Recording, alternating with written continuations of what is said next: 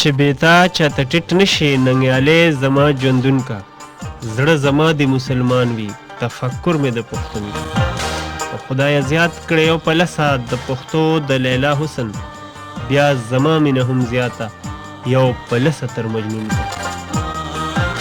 ډېر خوږو او ګلالو اورېدونکو د خپل کوربا او د دلبر سید عادل له اړخه د مینې او خلوص نه ډک سلامونه احترامات قبول کړي هیله لرم چې روغ جوړ او خوشحاله به د ژوند د هر یو رنګ نه به ښه په نر او په ډاډه زړګي باندې خوندونه او مزې اخلئ ګران او خوږ مشر زموږ د ذل ثوابه فخر چې ډېر پوهه انسان چې الله تعالی والا ډېره پوهه ورکړې ده د ډېر علم څښتن دی نورالامین یوسفزی صاحب یو نوم دی چې هغه په ادب کې به تل تر تله پورې ژوندی وي د افسانو یې 3 کتابونه چاپ دي لینک روډ ډډې ونې د اسونو بادشاهي دا دوی د افسانو مجموعې دي کتابونه دي د هغې سره دوی په شخصیاتو باندې لیکل کړي دي چې په هغې کې اجمل خټک بابا عباسین یوسفزی صاحب باندې رحمت شاه ساحل صاحب باندې ډاکټر خالد زیار صاحب باندې داسې عزیز مانیروال صاحب باندې او داسې نور ستر نوموړي شاعران ادیبان چې کوم دي چې څوک هم د دې ژبې ادب خدمت کوي په هغوی باندې دوی یو کتاب لیکلی د سپېڅلي کردارونه د هغې سره سره د اردو یو کتاب یې بل هم چاپ کړی دی آرټ کلچر اور تاریخ چې هغه ډېر وړوکی کتاب دی خو د معلوماتو نه ډک په هره جمله کې جدا جدا مضمون پروت دی په هره جمله کې د هغه کتاب چې کوم دی جدا جدا تاریخ پروت دی همدغه وجه ده چې نورالامین یوسفزی صاحب کردار چې کوم دی د هغوی علم چې کوم دی هغه د چا نه پټ نه دی لکه د نور په شان ځلیږي او زه خپلو ټولو ادبي وروڼو ته دا خواست کوم چې هغوی دې ته نه ګوري چې ډیوه د چا په لاس کې ده ډیوې نه رڼا اغوستل موږ له پکار دی چې موږ د ډیوې نه رڼا واخلو او دغه ډیوه چې کوم د ډیوې نه ډیوه بلیږي نو پکار دی چې موږ د داسې شخصیاتو نه او د داسې استادانو نه چې الله تعالی په صدو کې ډېر کم پیدا کوي یعنې په صدو کې هم ډېر کم پیدا کېږي نو پکار چې موږ دوی نه څه زده کړو څه ترې واورو څه سوالونه ترې وکړو څه پوښتنې ترې وکړو یقینا چې کله هم زه تاریخ لولم یا څه نور څه کتابونه لولم او ما ته څه مسله راشي هغه که شپه وي او که ورځ وي یوازې دا نه ځان نه یادوم بلکې ډېر ملګري داسې دي د میډیا ملګري یا زموږ د ادب ملګري چې کوم دی چې هغوی ته څه هم پیښه راځي یا څه کشاله ورته راځي یا څه ګران ټکه ورته راشي یا په یو ځای باندې سړی پوه نه شي نو هم د دې نورالامین یوسفزی صاحب نه ځان پوهه کوي لکه د تېرو ورځو کې تاریخ مې لوسته او په هغې کې ما ته د ګجو خان بابا په هکله یو بل معلومات راغلل چې د هغوی قبر د ثوابه او مانیری ترمنځ دغه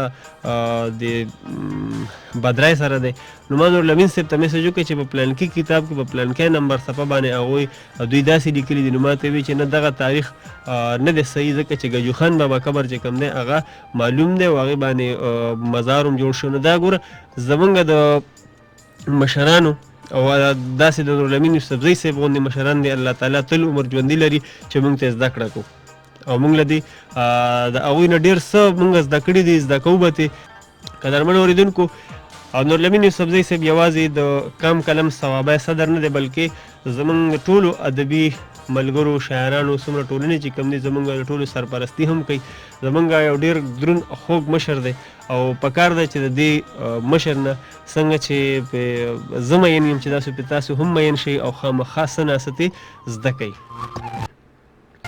قدرمن اورېدونکو خپرونه ده قدم په قدم او قدم په قدم کې چې څنګه تاسو ته ما مخکې ذکر وکړو چې په دغه ثوابه په شخصیاتو په تصوف باندې او په دې باندې به مونږ خبرې اترې کوو ښاغلي نورالامین یوسفزی صاحب سره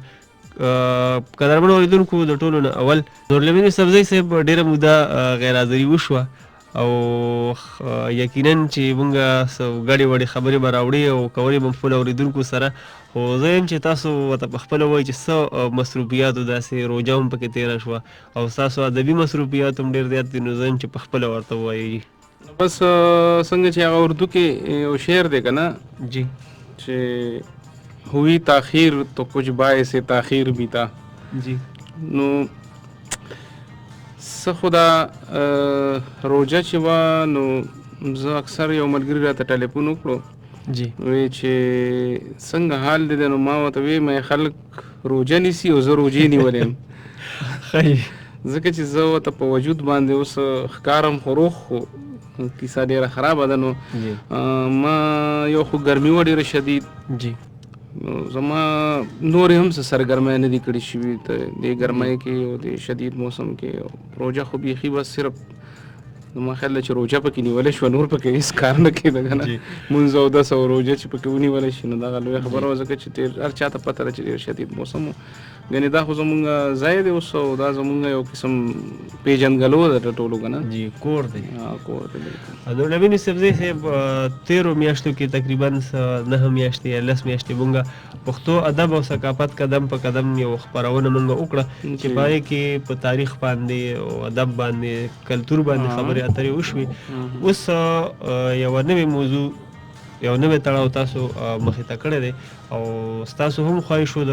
سرخیلي صاحب هم زموږ سټیشن منیجر صاحب چې کوم دی د هغوی هم خواهش و. نو د ننني تړاو په حواله باندې خپلو اورېدونکو ته څه وایي؟ نو زمونږ داسې یو اراده ده، خدای پاک دې وکړي چې زمونږ دغه اراده کې مونږ بریالي شو.